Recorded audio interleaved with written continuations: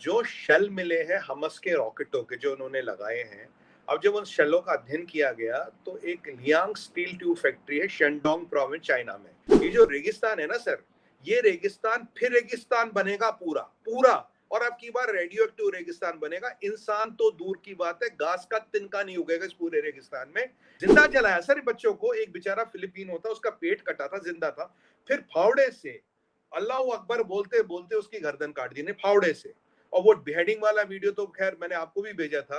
मतलब बकरे की तरह लोगों की गर्दनें काट के उसके शरीर पे लगा रहे।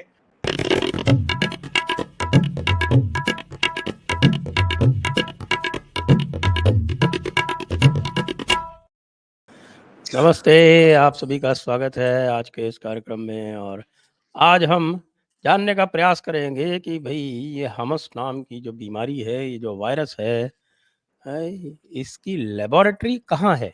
और हमारे साथ बात करने के लिए हैं इस समय सुमित पीर जी। आपका स्वागत है सुमित जी।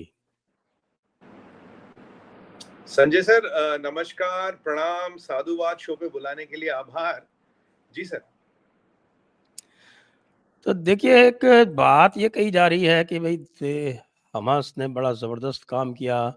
हमास ने जो है वो इतना इलेक्ट्रॉनिक साइलेंस मेंटेन किया, ऑपरेशनल साइलेंस मेंटेन किया, और उसने मोसाद को धोखा दे दिया, सीआईए को धोखा दे दिया। उसने रॉकेट टेक्नोलॉजी जो थी उसकी, उसमें इम्प्रूवमेंट करके उसमें गाइडेंस सिस्टम लगा लिए, और किसी को कुछ पता नहीं चला। तो ये जो अचानक इसमें जो इम्प्रूवमेंट आया है, तो कुछ लोग तो कह रहे हैं कि साहब वेपन्स जो हैं वो यूक्रेन से आए हैं, कुछ कह रहे हैं कि साहब इसमें ज़रूर कहीं न कहीं कुछ सीआईए की मिली-भगत रही होगी।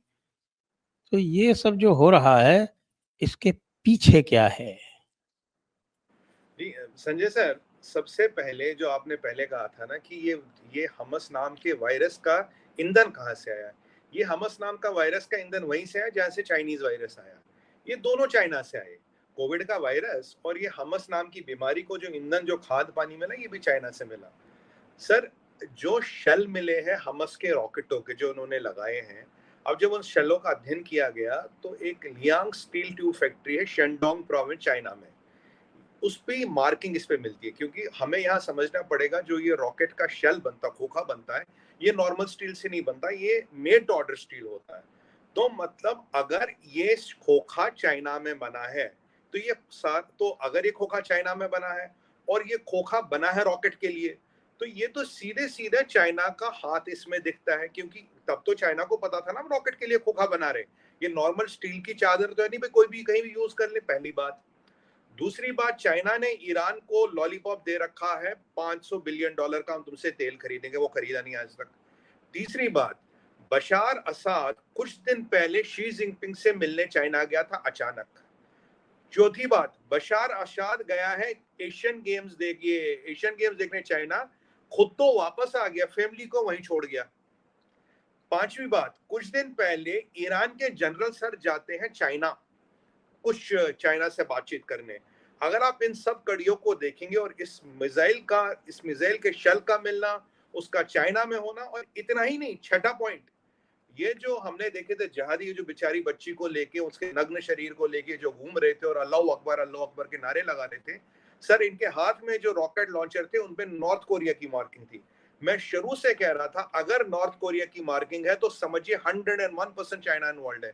क्योंकि नॉर्थ कोरिया बिना चाइना से पूछे कुछ नहीं करता, पहली बात।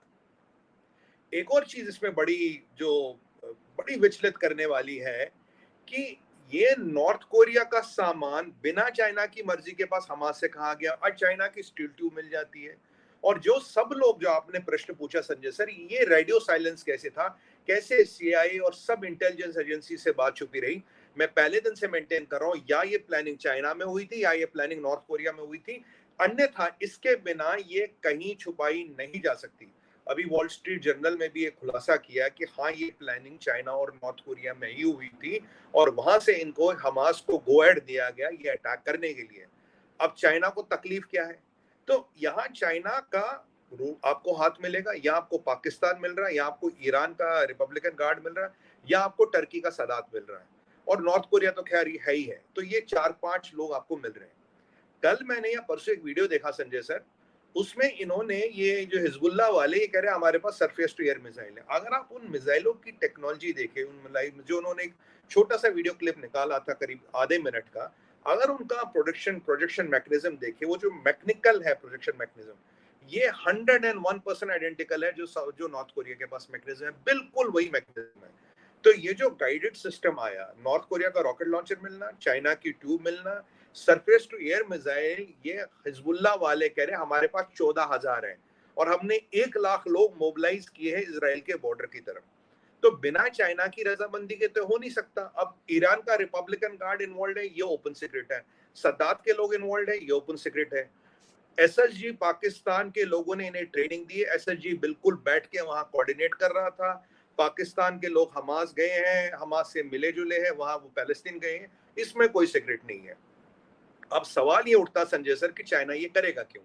आपको याद होगा जब हमने अपना गेटवे प्रोजेक्ट लॉन्च किया था, इंडिया मिडिल ईस्ट और यूरोपियन कॉरिडोर, जिसके बाद आईमैक बीआरआई, हाँ आईमैक, जिसके बाद बीआरआई रिटर्डेंट हो गई थी।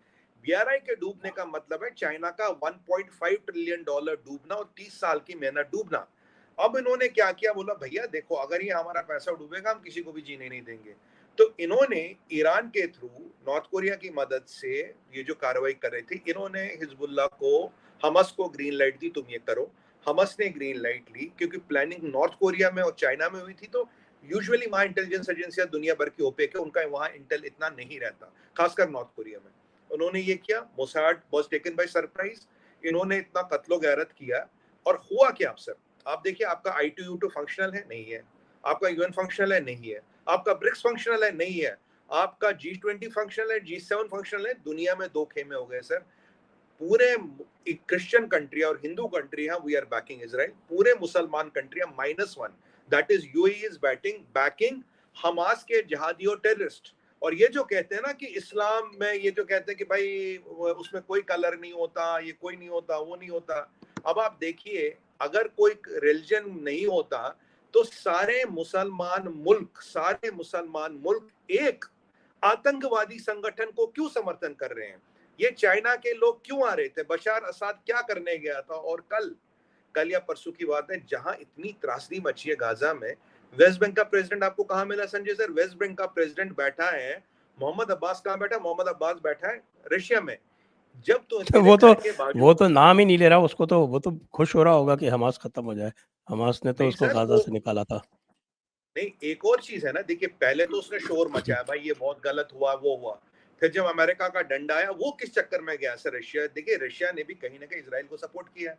वो चाहता है चाइना के कहने पे, देखिए चाइना की औकात तब तक नहीं बनेगी जब तक तो उसके साथ रशिया खड़ा नहीं होगा। अगर रशिया इस खेमे में खड़ा, चाइना तो वो कुत्ता जो अपनी 2 टांगों के बीच अपनी दुम दबा के निकल लेगा, कुछ नहीं कर पाएगा। अगर चाइना के साथ रशिया खड़ा हो गया तो चाइना में ताकत आ जाती, माइनस रशिया चाइना की औकात नहीं है। मोहम्मद अब्बास ये शायद कहने गया, भाई आप न्यूट्रल रहें या आप थोड़ा हमारी तरफ आए, तब हम इन हिंदुस्तानियों को, इन अमेरिकनों को, इन यहूदियों को हम औकात दिखा देंगे। क्योंकि पहले दिन मोहम्मद अब्बास भी बकवास कर रहा था, जॉर्डन का किंग अब्दुल्ला भी बकवास कर रहा था, ये सारे बकवास कर रहे थे, लेबनान वाले भी धमकियां दे रहे थे। अब जब अमेरिका का जंगी बेड़ा आया, एयरक्राफ्ट कैरियर वॉर ग्रुप आया, फिर दूसरा कैरियर वॉर ग्रुप को अमेरिका ने वहां मोड़ा, तो इनकी हवा हो गई है टाइट। और इन्हें पता है इजराइल न्यूक्लियर है, और इन्हें सबसे बड़ा डर क्या लग रहा है कि अगर इजराइल नहीं रहा तो हम भी नहीं रहेंगे। ये जो रेगिस्तान है ना सर, ये रेगिस्तान फिर रेगिस्तान बनेगा पूरा पूरा, और अब की बार रेडियो एक्टिव रेगिस्तान बनेगा। इंसान तो दूर की बात है, घास का तिनका नहीं उगेगा इस पूरे रेगिस्तान में। ये जो इसराइल को नेस्त नाबूद करने की जो खुमैनी बड़ी बड़ी डींगे आंक रहा है, मैं तो उससे पूछता हूँ, भाई तू जिंदा रहेगा क्या वो दिन देखने के लिए? जिंदा तो तू भी नहीं रहेगा, तेरी मुल्क भी नहीं रहेगा। तो इसराइल को खत्म करने का मतलब है पूरे मिडिल ईस्ट का स्वाहा, पूरा मिडिल ईस्ट खत्म, क्योंकि इसराइल के पास न्यूक्लियर वेपन्स हैं। और अगर मतलब पुश कम्स टू शव कि भाई हम इसराइल को खत्म करेंगे, वो छोड़ेंगे आपको? ये जो हिजबुल्लाह के लाख लोग इन्होंने मोबिलाइज किया है, ये जो 14,000 इनको नॉर्थ एक कोरिया एक चाइना ने दी हुई एक एक टेक्नोलॉजी। मिनट आपको थोड़ा-सा इसमें मेरे को क्लैरिफ़िकेशन चाहिए। क्लैरिफ़िकेशन ये चाहिए कि आपने कहा कि भई चाइना ने एक्टिवेट किया जब इनका बीआरआई जो है वो ठप होता दिखाई पड़ा। लेकिन जी, जो सारे के सारे एनालिस्ट हैं वो ये कह रहे हैं कि भई ये जो लेवल तैयारी का है, ये कम से कम 2 साल की तैयारी है।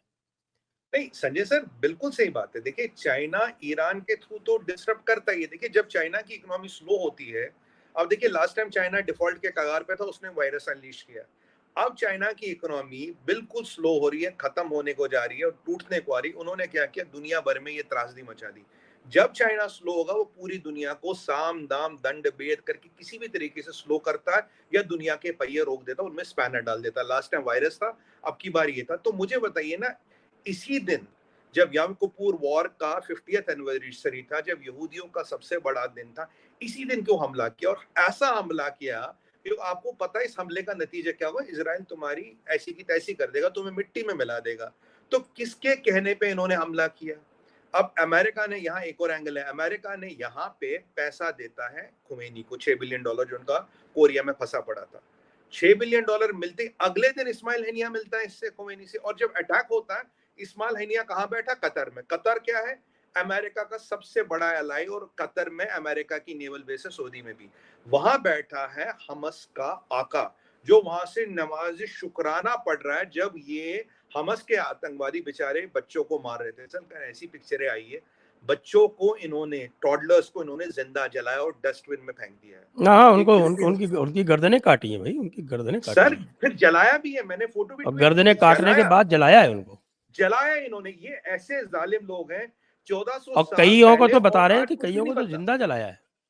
जिंदा जलाया सर बच्चों को। एक बेचारा फिलिपीन होता, उसका पेट कटा था, जिंदा था, फिर फावड़े से अल्लाह अकबर बोलते बोलते उसकी गर्दन काट दी ने, फावड़े से।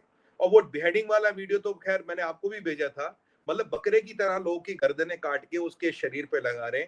बच्चों को इन्होंने कब मारा? एक गर्भवती महिला थी, उसका पेट काटा, बच्चे को निकाला, अम्बिलिकल कॉर्ड काटा और दोनों को धीरे धीरे मरने के लिए वहां छोड़ा। कितने बच्चों की लाशें मिली हैं सर? और जो हमने बच्चों के वो फोटो देखे थे गाजा में पिंजरों में, उनको तो जिंदा जला दिया इन्होंने। मतलब ये ऐसी बर्बरता कोई दुनिया में देखने को नहीं मिलेगी। इनमें और आईसिस में कोई फर्क नहीं है। 1400 साल पहले और आज में कोई फर्क नहीं। बच्चियों को लेना माले गनीमत समझना। बच्चियों को क्या करें? 4 5 6 6 साल की बच्चियों को सुरैया, सुरैया यानी कि सेक्स स्लेव, ये कह रहे हैं ये सुरैया नहीं, बच्चियों को। सबाया होता है वो, सुरैया गलत लिखा हुआ हाँ मतलब जो भी, मतलब मैं उनमें है। बता, हाँ, सबाया सबाया, हाँ मैंने तो इसके दबाया ऊपर एक सेक्स स्लेव कहते शॉर्ट, हैं सर ये। आईसिस की शॉर्ट स्टोरी भी लिख रखी है एक। हाँ मतलब ये देखिए, बच्चियों को जिंदा जलाना, औरतों के साथ बलात्कार करना, सर कहना नहीं चाहिए।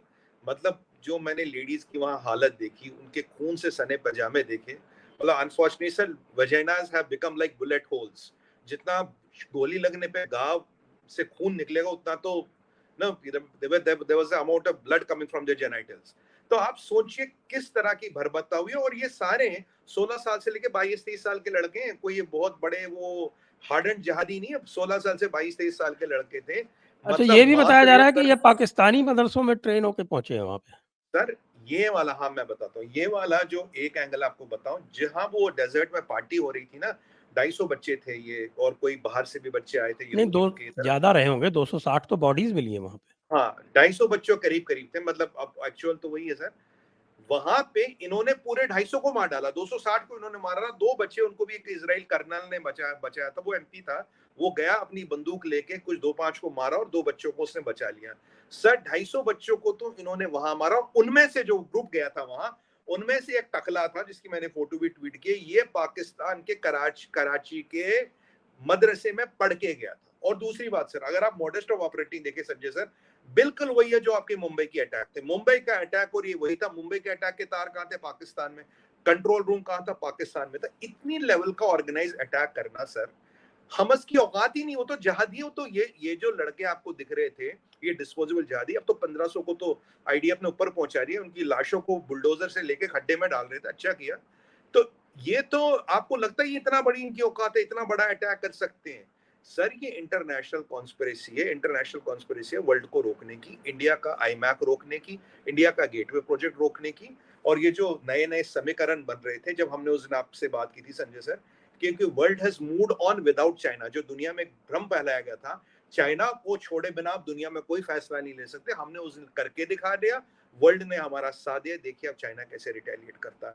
ये तैयारी चाइना हमेशा से कर रहा है। चाइना की लैबों में आज की डेट में कौन सा बायोलॉजिकल वेपन बन रहा है हमें नहीं पता। अगला वायरस भी चाइना से आएगा, अगली बीमारी भी चाइना से आएगी, अगली त्रासदी भी चाइना से आएगी, क्योंकि ये लोग बहुत ही डेंजरस है। और अब जो नया समीकरण दिखने को मिल रहा है सर, जो मैं आपसे जयपुर डायलॉग में पहले भी डिस्कस कर चुका हूँ, वो है रेड जिहाद। रेड जिहाद, जहां रेड्स, ये चीनी, ये कम्युनिस्ट, ये पैसा देते हैं और ये जिहादी गंदा काम करते हैं। अब देखिए रेड जिहाद जो मैं हमेशा से चीख रहा हूँ पिछले कुछ सालों से, ये आपको होता नजर आ रहा है। चाइना का सपोर्ट, नॉर्थ कोरिया का सपोर्ट, नॉर्थ कोरिया का सामान, चाइना का स्टील, और काम कौन कर रहा? आइसिस, सदात, एसएसजी और हमस, हिजबुल्ला। तो ये एक जो इकोसिस्टम बना जिहाद का, और ये सारे फुकरे मुल्क हैं। देखिए टर्की की इकोनॉमी खत्म हो चुकी है, 118% इन्फ्लेशन। पाकिस्तान भिखमंगा है, उसके पास कुछ नहीं है। ये गाजा वाले तो वैसे ही, ये तो भीख पे ही जिंदा है। उसके बाद आप देखिए ये नॉर्थ कोरिया, तो आप जानते क्या हाल है। टर्की, पाकिस्तान, ये जितने भी इसमें मिले हैं कंट्री है, ये सब भिखारी और भिखमंगी है। They have nothing to lose. उन्हें लगता है भाई इस दुनिया में तो कुछ है ही नहीं, मर के ऊपर 72 होरे पर हेड मिलेंगी, तो उसी चक्कर में लगे हैं। सर इतनी भरबरता देखने को नहीं मिली, और बिना चाइना और नॉर्थ कोरिया के समर्थन के वो कर ही नहीं सकते।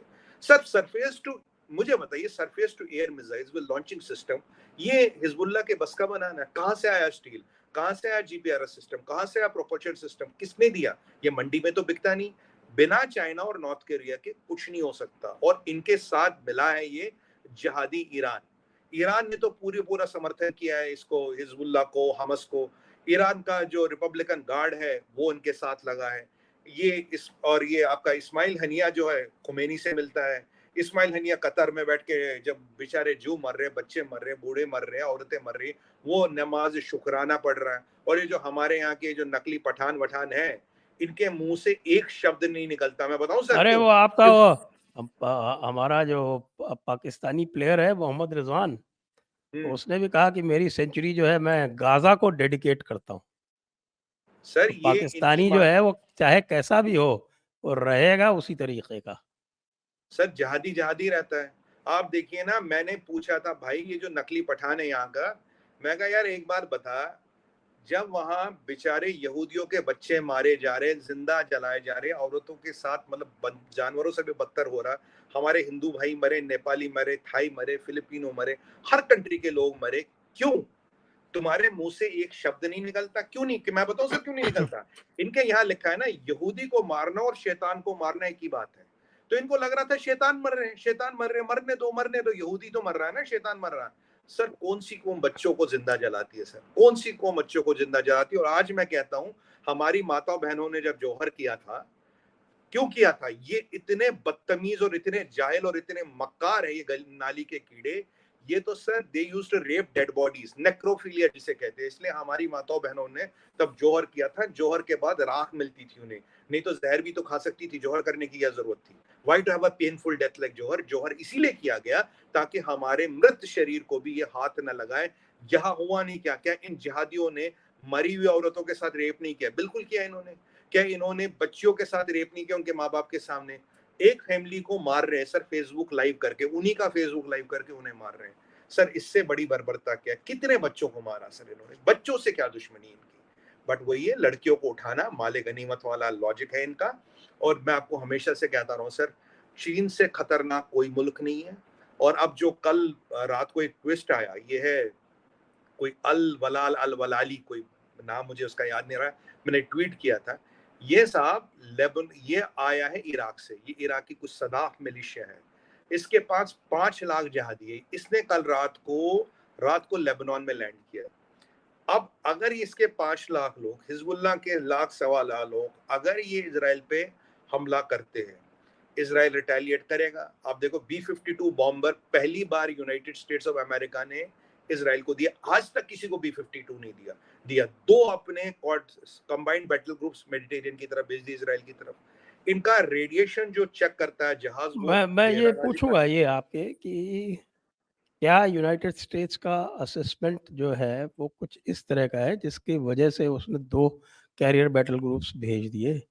क्योंकि 2 कैरियर बैटल ग्रुप्स इजराइल की सीमा के पास भेजना, कोस्ट के पास भेजना, ये बहुत बड़ा डेवलपमेंट है। बिल्कुल इसका सर। मतलब ये है कि यूनाइटेड स्टेट्स ये सेंस कर रहा है कि भाई ये एक ग्लोबल डायमेंशन की प्रॉब्लम होने वाली है। It's not just Gaza and it's not just Hamas. Sir बिल्कुल, आप यू आर 101% राइट, क्योंकि ये जो अटैक हुआ था ना, इसमें विदाउट प्रोफेशनल्स बीइंग इन्वॉल्वड, ये जहादियों वहादियों के बस जहादी क्या है कि कहीं गोली चला दी, कहीं कहीं कार बम कर दिया, इससे ज्यादा औकात नहीं है इनकी। इसमें ईरानी इन्वॉल्व थे, चाइनीज, नॉर्थ कोरियन, पाकिस्तानी, और ये सारा कबाल पूरा इन्वॉल्व था। और अब इनको क्या है, इन्होंने कल रात को या कल दिन में कॉल दिए फ्राइडे को, सारे अरब नेशंस और सारे मुसलमान मुल्क मोबिलाइज हो जाओ और इसराइल पे चढ़ाई करो, यहूदियों को खत्म करना। अब देखिए सारे अगर ये मुसलमान, ना केवल मुसलमान मुल्क है, हमारे सारे भाईजान लोग यहाँ भी दिखेंगे आपको हंगामा करते हाँ, हुए। और मैं उसी पे आ रहा हूँ सर, ये देखिए ना सर, इन्होंने ये कॉल दी है। अब ये जो कल 5 लाख वाला आ गया, ये हिजबुल्लाह कह रहा 1 लाख लोग मैंने मोबिलाइज कर लिए, 14,000 मैंने surface to air missile mobilise कर लिए। और अगर ये आते हैं, और आप मुझे बताइए अमेरिका को B-52 बॉम्बर भेजने की जरूरत क्या पड़ी? दो, कब किसी को नहीं दिया आज तक B-52 बॉम्बर इतिहास में, आपने इनको क्यों दिया? दो जंगी बेड़े, कंबाइंड बैटल ग्रुप्स, दो भेजने की जरूरत क्या पड़ी? और उसके अलावा दे हैव अ प्लेन जो रेडिएशन कॉन्स्टेंटली देख रहा है कि हवा में रेडिएशन तो नहीं है। वो डेरा गाजी खान के ऊपर भी उड़ रहा, वो यहाँ भी उड़ रहा है, इज कॉन्स्टेंटली मॉनिटरिंग रेडिएशन। तो अगर कोई बड़ी त्रासदी नहीं होने वाली तो इतना बड़ा जमावड़ा क्यों? अगर इन्होंने, देखिए सर, अगर इन्होंने फ्राइडे को कोई हरकत की, इसराइल ने 2-4 लाख लोग मार लिए, they can easily eliminate them. फिर ईरान के पास विकल्प नहीं रहेगा चुप रहने का। और अगर ईरान कूदा इसमें, क्योंकि ईरान के पास अच्छा खासा फायर पावर है, ईरान कूदा और बाकी एक दो कंट्री घूमे, फिर तो न्यूक्लियर होगा, फिर तो रेगिस्तान जो है वो रेडियो एक्टिव हो जाएगा और गैस भी नहीं बचेगी वहां पे। क्यों ये जो त्रासदी हो रही है, अगर आप देखिए पूरा डिवीजन है सर, क्रिश्चियनिटी वर्सेस इस्लाम। जो हम, जब मैं आपके पास जयपुर आया था, मैंने कहा clash of civilisation is imminent. Christianity और इस्लाम की लड़ाई होनी ही होनी है। आज देखिए ना, दो खेमे बढ़ गए ना। एक्सेप्ट यूएई, कोई मुसलमान मुल्क इसराइल को सपोर्ट नहीं कर रहा, और कोई यूएई एंड क्रिश्चियन मुल्क बहरीन, बहरीन भी साथ में। हाँ। तो मतलब दो कंट्रियां मान लीजिए, बाकी 56-55 तो वहां है। तो मैं ये नहीं, कह रहा बहुत हूँ सारे सर, ये न्यूट्रल हैं, बहुत सारे न्यूट्रल हैं, कुछ नहीं बोल रहे हैं, दोनों तरफ से नहीं बोल रहे हैं। पर और देखिए they are not condemning also. जो बोल भी रहे हैं वो बड़े गार्डेड बोल रहे हैं, जैसे सर कतर, सऊदी, बहुत ही गार्डेड लैंग्वेज में कुछ कुछ बोल सर रहे हैं। सऊदी में दे तो आर अब ऑल, लोग एक्चुअली जो मेरे पास सूचना है वो ये है कि सारे के सारे जो मुसलमान मुल्क हैं वो दिली दिल में बहुत खुश हैं। जिससे कहें कि ये ना ना दिली दिल में, देखिए दो तरह की चीज़ें, एक तो जो रूलिंग क्लास है, क्योंकि ये जितने भी मुसलमान मुल्क हैं ये ज़्यादातर आप देखेंगे कि ये मोनार्कीज़ हैं या डिक्टेटरशिप्स हैं। तो जो रूलिंग क्लास है वो बहुत त्रस्त है।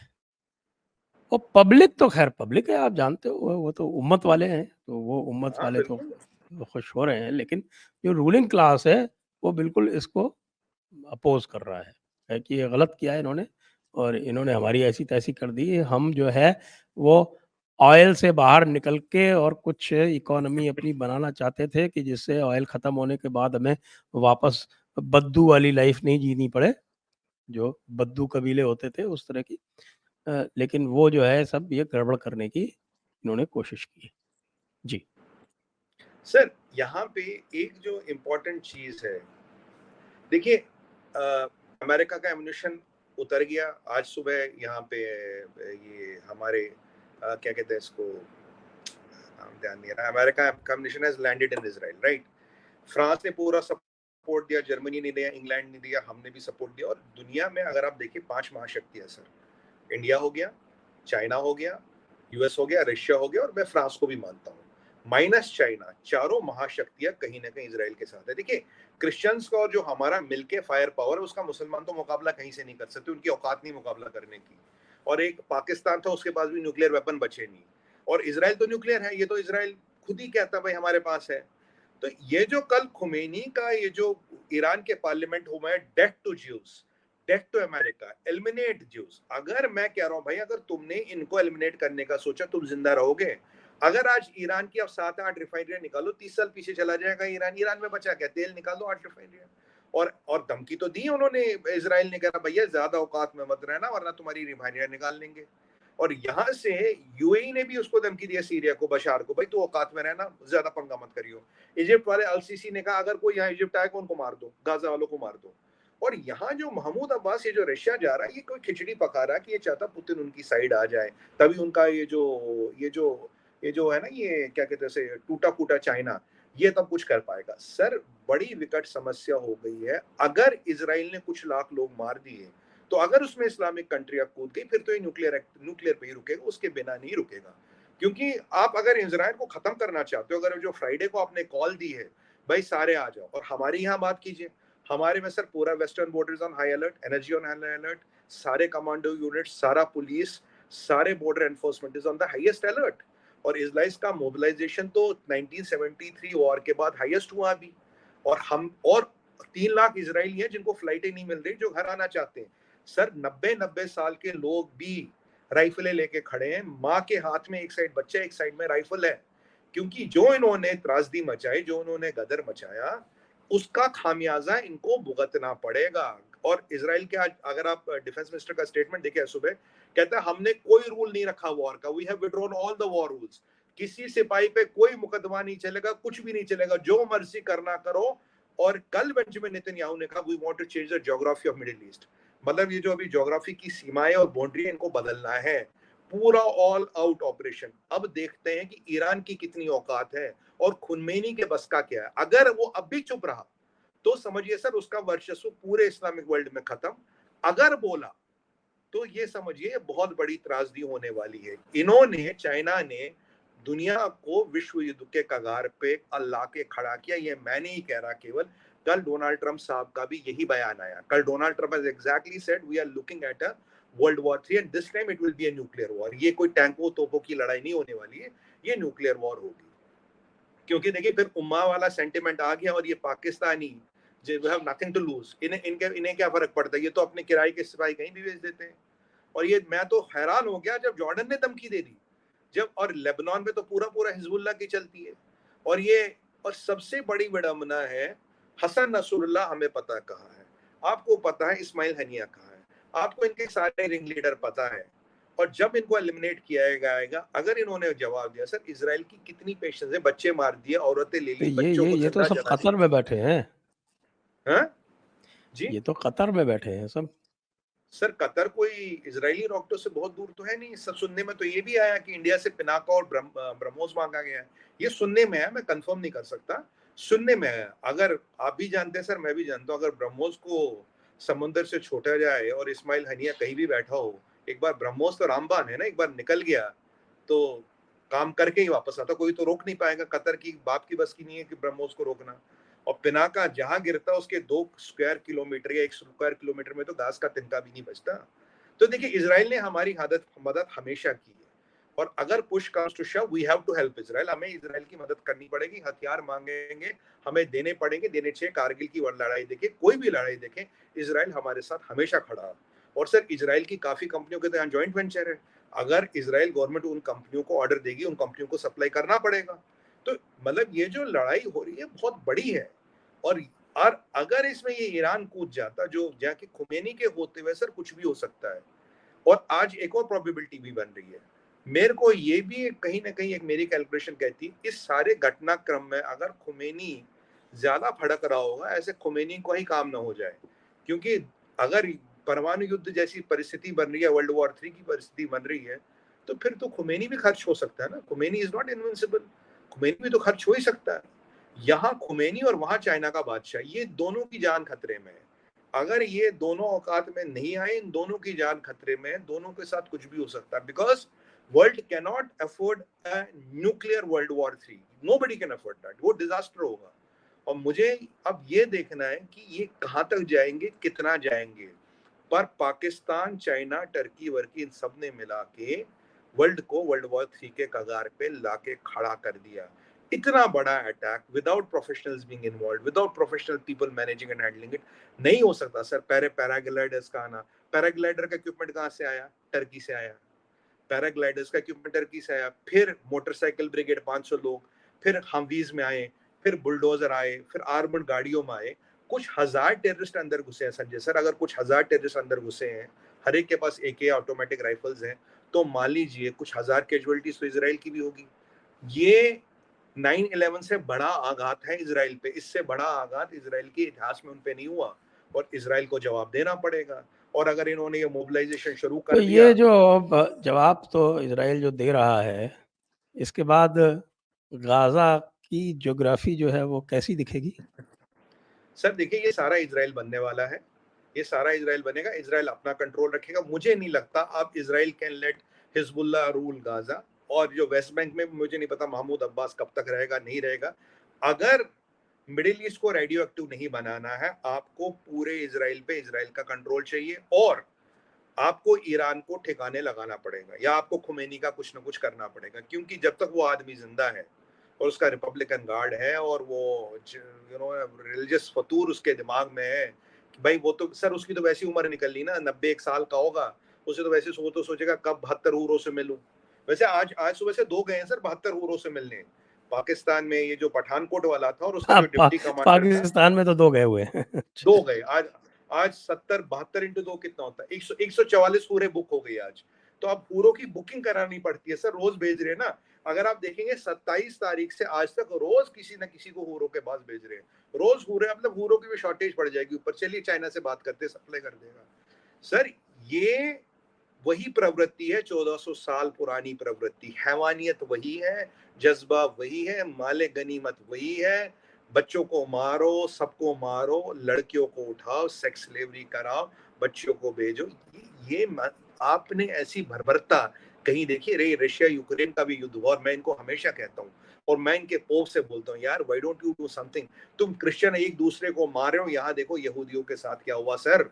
और हमारा जो पड़ोसी है ना, ये दोनों तरफ का, ये इनसे कोई कम ना, इसे इनके अलतकिया में ना फंसे, ये इनसे कम नहीं है। ये तो हमारी सेना है, ये मोदी जी की सरकार है, हम न्यूक्लियर ट्रायड है, तभी ये औकात में बैठे हैं। देखिए मोदी जी ने आते ही सबसे पहले कंट्री को न्यूक्लियर ट्रायड किया था, तब के हम we can fire nuclear weapons from air, from land and from sea. Now we have nuclear powered submarines also. तभी इनकी औकात नहीं। आपको याद है क्या एक बार अमन अल जवेरी कह रहा था, लाल किले पे झंडा फहराऊंगा। मैंने कहा तेरी कबर पे तेरा झंडा लगाएंगे, लाल किले पे झंडा लगाने का दिन तेरी जिंदगी में नहीं आएगा, 1000 बार जन्म लेना पड़ेगा, तब भी नहीं लगेगा। अब दिल्ली फतेह करने का इरादा और औकात किसी की नहीं बची, कोई नहीं है दुनिया में जो ये बोल सकता मैं दिल्ली फतेह करूंगा। अगर मतलब ना चाइना भी आ गया सर, चाइना भी नहीं कर पाएगा, हम भी नहीं रहोगे, तुम भी नहीं रहोगे, ये तो हम इनविंसिबल है। आज दुनिया को देखना पड़ेगा इस्लामिक टेरर का क्या मॉड्यूल है। नया मॉड्यूल निकाला है, कुछ कंट्रियां मिल जाओ, 5-1000 जिहादी करो। It is invasion of Israel sir, it is not a terrorist attack, it was invasion of Israel. और अगर ये मॉडल सही होता, एक आइसलैंड जैसी कंट्री है, एक क्रोएशिया जैसी कंट्री है, एक लातविया जैसी कंट्री है, फिर तो 5-5 हजार के जहादी भेजो, समंदर से भेजो, उधर से भेजो, दिनों में कंट्रियों पे कब्जा। दुनिया को समझना चाहिए मॉडल क्या है। ये model is not terrorism, this model is of capture of countries. और अगर अब भी कोई अपने सैन्य बल नहीं रखेगा, इजराइल में तो सब सिपाही हैं, तब उनका ये हाल कर दिया, एवरीबडी इज मिलिट्री ट्रेन, तब उन बेचारों का ये हाल कर दिया। ये तो हमारी अपने जो सैन्य बल है उस पर हमको और सशक्त करना चाहिए, अपने बॉर्डर्स को सशक्त करना चाहिए। और जितने भी अंदरूनी गद्दार हैं जो जहां कहीं भी है सर, उनको हिजबुल्ला, हमस और गाजा बनने से रोकना पड़ेगा, वक्त रहते रोकना पड़ेगा, क्योंकि अगर बन गए फिर खून बहेगा, फिर खून बहुत बहेगा। अभी रोकेंगे तो बहुत कम बहेगा, बहुत कम बहेगा, कुछ भी नहीं बहेगा। क्योंकि ये मॉडल ट्राई किया गया सर इस्लामी जिहादियों द्वारा कि कंट्रियों को कैसे कब्जा करे।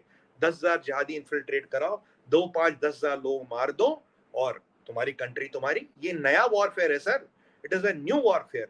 आज मैं पूछता हूँ, नॉर्थ कोरिया का वेपन पैराग्लाइडर कहाँ से आया, वो ड्रोन कहाँ से आए, सरफेस टू एयर मिसाइल कहाँ से आया, जीपीआरएस सिस्टम कहाँ से आया, अमेरिका की ऑटोमेटिक राइफलें ये हमस के जहादियों के पास कहां से आई। और अब तार जोड़िए तालिबान से, तालिबान ने क्या कहा, हमारे लिए रास्ता छोड़ दो, हम जाके जेरूसलम जीतेंगे अपने भाई हमास के साथ। अब यहाँ शिया सुन्नी का फर्क भी नहीं है, एक शिया है, एक सुन्नी है, और एक पठान है। पर जब जब जब काफिरों को मारने की बारी आती है सर, शिया सुन्नी का भी कोई फर्क नहीं है, सब मिल जाते। हिजबुल्लाह तो शिया है, हमास ये आपका सुन्नी है, और ये तो पठान है तालिबान वाले, पर सब मिले हुए हैं।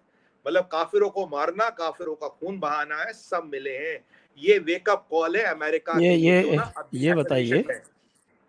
ये बताइए कि जैसे कि यूक्रेन का जब युद्ध हुआ था, तो जी भारत ने बैलेंसिंग रोल प्ले किया था। यहाँ भी भारत ही बैलेंसिंग रोल प्ले करेगा क्या?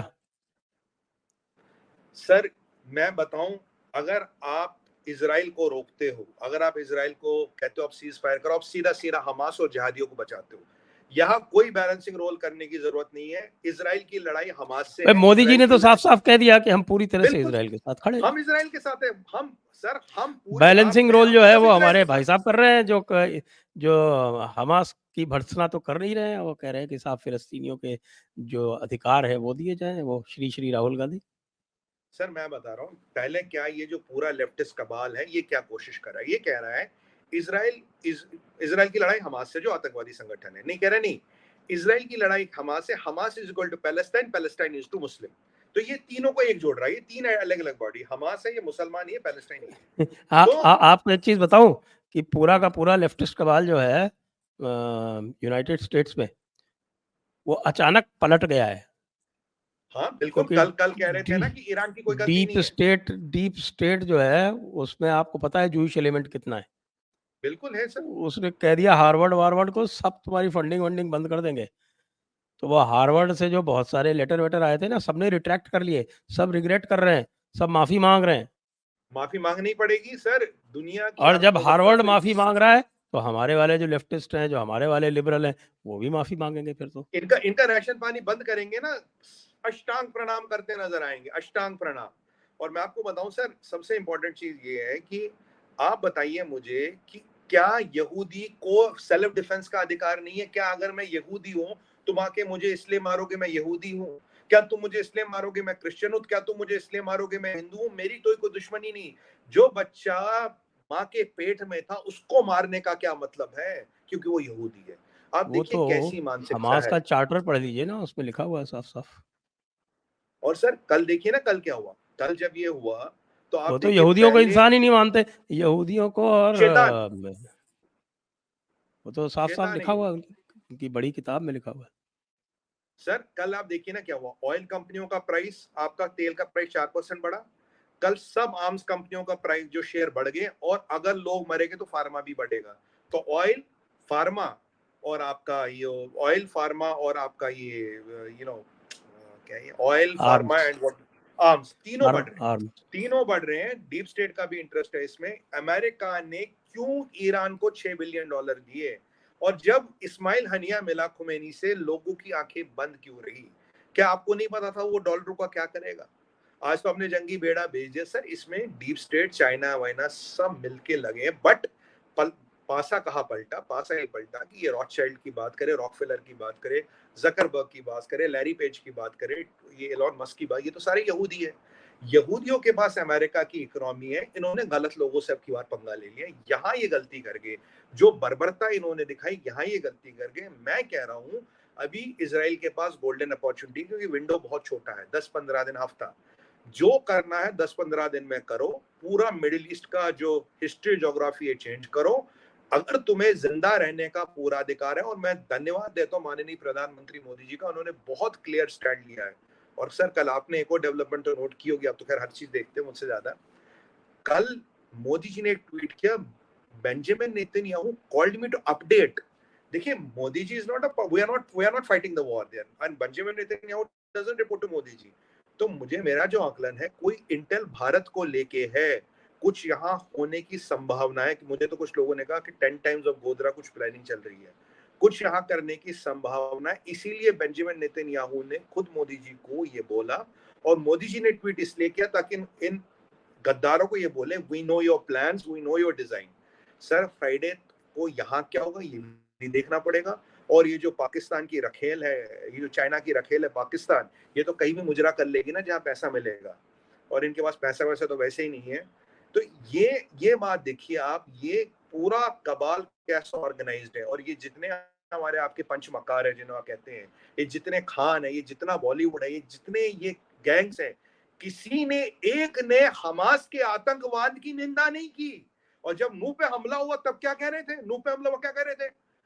ह्यूमैनिटी, हिंदू मरे तो ह्यूमैनिटी इज हर्ट।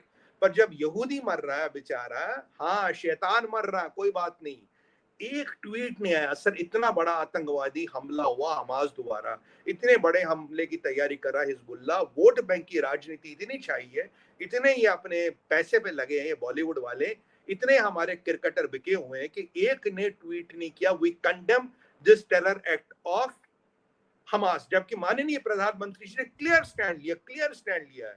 और जो कांग्रेस वाले थे, पहले इन्होंने भाई हम वी कंडेम हमास, फिर इन्हें लगाया ना मुसलमान वोट हिल जाएगा, फिर कह रहे no no we are with the people of Palestine. अरे भाई कांग्रेस वालों, तुम 60 साल सत्ता में रहे, तुम्हें ये नहीं पता Israel is fighting Hamas, not Palestine, not Muslims.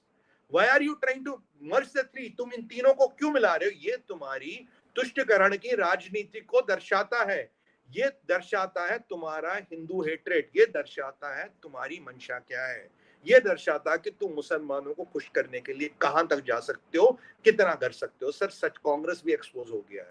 और ये वही लोग है ना जी, संजय सर, जी, जी, ये जी। वही लोग है ना सर, जब हमारी सेना ने मसूद अजहर को खाक में मिला दिया, कहते प्रूफ लाओ।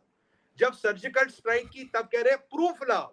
और आज ये पैलेस्टीन के साथ है, तब हमसे हमारी सेना से, अपनी सेना से, हमारे भाइयों से प्रूफ मांगते हैं। सर्जिकल स्ट्राइक का प्रूफ दो, क्यों? पता नहीं मुशास्त हुआ मसूद अजहर मरा है जिंदा है, बालाकोट का प्रूफ दो, सर्जिकल हाँ, स्ट्राइक आइए अब इस चर्चा को हम विराम देंगे।